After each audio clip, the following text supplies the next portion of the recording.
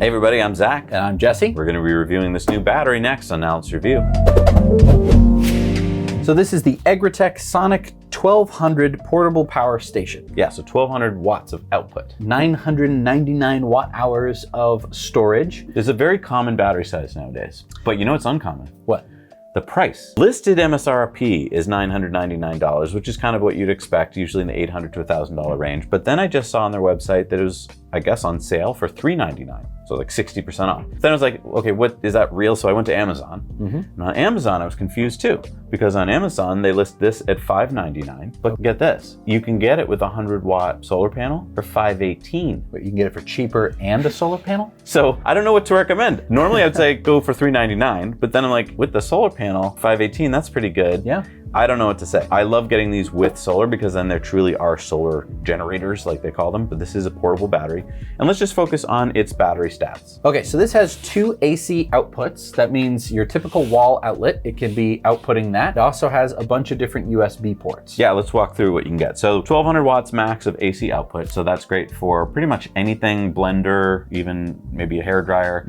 What we did notice, which was weird though, we test things to the high level. We put on a heat gun, which is one of our tests that we do, which draws 1500 watts, and something weird happened. So we ran it for a little while and it was pulling 1500 watts. Remember, this is called the 1200. So I was like, wow, it's outputting 1500 watts. It did this for about 5 or 7 seconds, and then it reduced the power to 1200.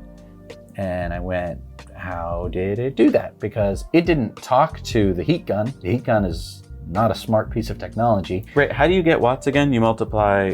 volts and amps. Okay. So what this unit did was it automatically lowered the voltage. How did you know that? On the AC, I stuck in voltmeter, and we were able to see that the voltage went down to 107, and that's how it reduced the output. That's interesting, because what happens to your grid sometimes on a hot summer day, let's say, when they're pushing out as much power as they can, is sometimes they'll just a little bit lower the voltage from, say, 120 to 119 or 116 so that they can get out enough power. This thing basically did that, right? It just kept lowering the voltage so that it could keep giving out the right amount of amps. Now, this may sound like it's a really nifty feature, and for a heat gun specifically, it kind of is. Oh, it's lowering the amount of output. If you have any kind of smart electronics, by which I mean a computer or maybe something that you don't want to break, that's bad. Yeah, you don't want to be changing the voltage. Now, this will only happen if you're maxing out the wattage of this thing. Yeah, but I do want to mention, if you were to plug in, let's say, a 6-outlet strip, and you were powering a bunch of things at your campsite or something, and then you turned on your blender, your laptop would also drop in voltage. And so I just think that that's something to be aware of. I would much rather have it do what we've seen a lot of batteries do, which is just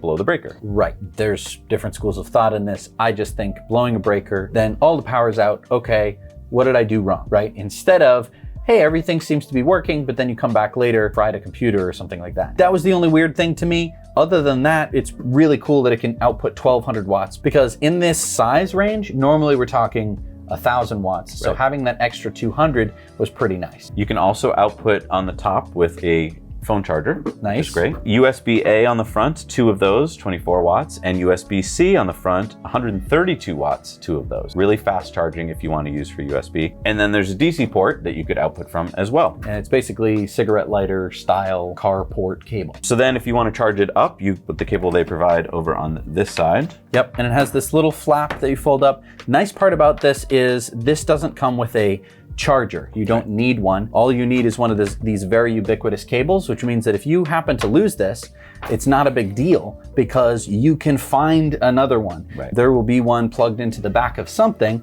in your house, or you can order one, or you can find one. They're cheap. It's super nice that you're able to use that kind of cable. And if you're wondering how fast it charges up, it says that it'll charge to 80% in 1 hour, and it charges at 1000 watts when the battery's low, and then as we tested, as it gets to the top of that curve, it slows down to about 800 watts, something like that. About an hour and a half from 0 to 100%. I really like this because 1000 watts is enough to get charging really quickly. It should be basically, again, to 80% in an hour. That's awesome. 1000 watts isn't too much because if you plug it into a circuit in your house that's already drawing a lot of current with some lights and some other stuff, it's probably not going to blow that breaker.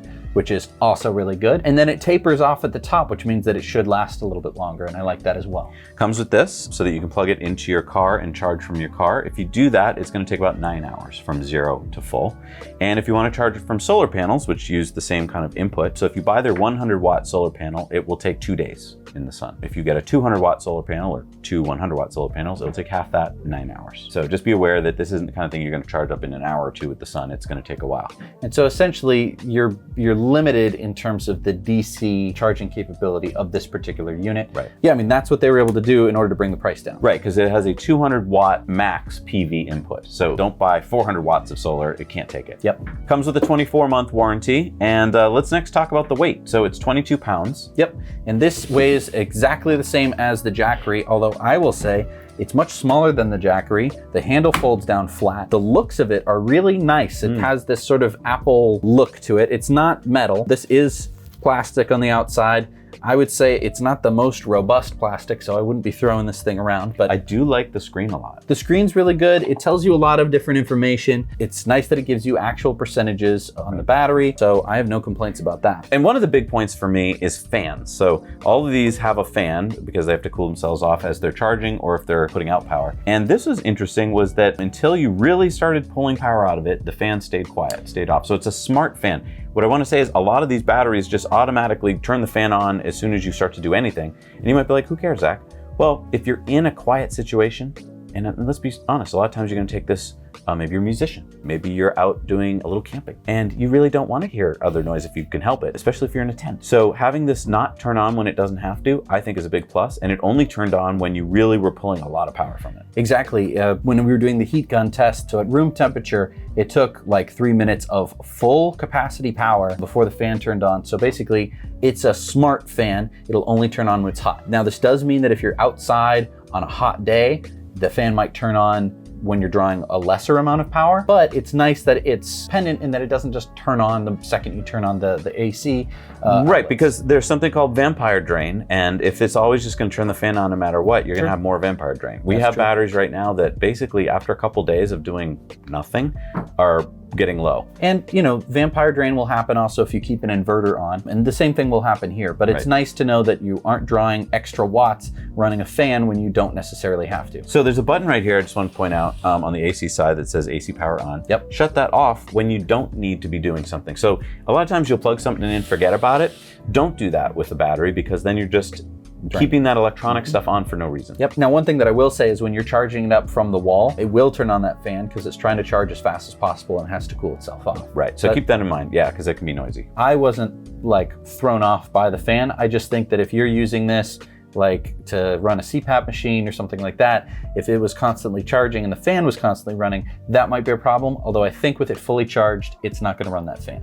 Oh, and there's another feature before we wrap up, Jesse, I wanted to tell you about, which is this light right here. So really nice to have at a campsite if you're just trying to find your way back to the campsite or something like that. I wouldn't carry this as a flashlight, to be honest. But, No. but if you're a tradesperson and you need to, kill the power in a room and do some work, also it's got that nifty flashing light. So if this is going to be in your trunk and you have an emergency and you're changing out a tire, turn on the light or have the light flash to let people know that you're doing some work. And it does have an SOS. So if you wanted to call out for help, I'm not sure who's versed on Morse code these days, but this will flash SOS and will probably do it for a very long time. It's a good point. So if you're going to be lost on an island, If you're ice road trucking and this is going to save your life, this very well could. if you want to be happy with your battery purchase, I think you should sit down for a few minutes, say 5 minutes, make a little list of what you want the battery to do. List all the things you might want to plug in simultaneously, add up those wattages. That's first going to tell you whether something like this is big enough. Second thing is write down whether being quiet or not is a big deal. Because if it doesn't matter to you, if you're like a tradesman and you're just going to be using it on the job, then that doesn't matter. Then write down things like, do you need it to be built robustly? Like, are you an electrician who's going to be throwing it in the truck? And then those kinds of things will tell you whether or not some of these batteries will work or won't work. So then what you have to do is take all of the things that are going to be running simultaneously, you add up the wattages.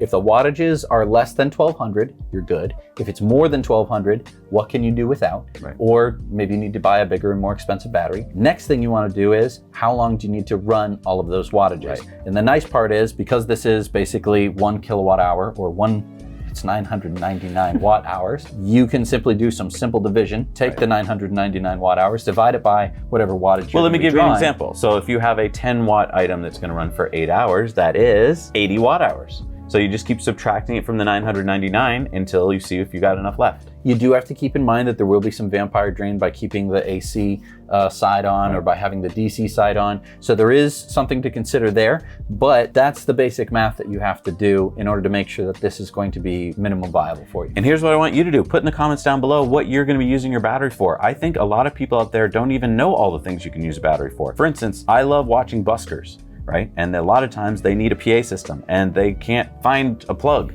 This is your solution, buskers, because it's not that heavy. You put it on your little cart along with your little amp and a few other things, and you got yourself a portable PA system. So there's things like that that I don't think we've ever even thought of before. Maybe you're a juicer and you're making juice at a farmer's market. You can bring along power now instead of having to do it manually. I would say that the only downside of this particular unit is the limited amount of solar that you could be inputting to it. I think that there are some situations where you might want a large solar array. Well, let's just talk about that. You just went on a trip, you brought a battery with you. I think it was the Pecron 3000. You brought 800 watts of solar. Yes. And you were able to charge 800 watts in. And so you were able to replace energy very quickly into your battery because you had so much solar. Right. I probably could have started a business at the campsite, like cooking for people, because the electric, stuff that I was using around 800 watts. So I was able to replace almost as fast as able to input. With this unit, I wouldn't have been able to do that. And that's just something to keep in mind. If you're like taking this on an extended camping trip, you have to add up all the watt hours that you're going to use in a day. And here's the thing, we're going to put down below a link to a kilowatt, a little item that you can plug into the wall to see what something is using. Because I think for a lot of us, we don't even know what it's using. This way, if you're not sure, it might be well worth to have in your toolbox to just see what it is you're drawing. And if that doesn't work for you, you can just look it up online. Like, what does my model number griddle use? It's true. But know that, because if you're pulling 1500 watts from this for your griddle, let's say, you're not going to be happy with the results. Right. That's absolutely right. Well, thank you so much for joining us today. I hope that this was a helpful little review. What a nifty little battery. Yeah, and if you can nab it for $399, I'd say that's a really good deal. This is a really good deal, and I'm just so excited that batteries are coming down in cost. I think that it starts to open up a lot of possibilities for lots of different people. Batteries like this, I just want to be honest, 2 years ago, $1,000 starting price. You can still find batteries with roughly these stats or worse that cost $1,000. So I am very impressed with the pricing on this. I hope that there's no major caveat to why that's the case. I put it through its paces to make sure that we really understood what was going on with it, and I'm very pleased. Yeah. Let us know down below your thoughts and questions, and let us know what you'd like us to review. Please give us a like and a thumbs up if this was helpful. We'll see you next week on Now Let's Review.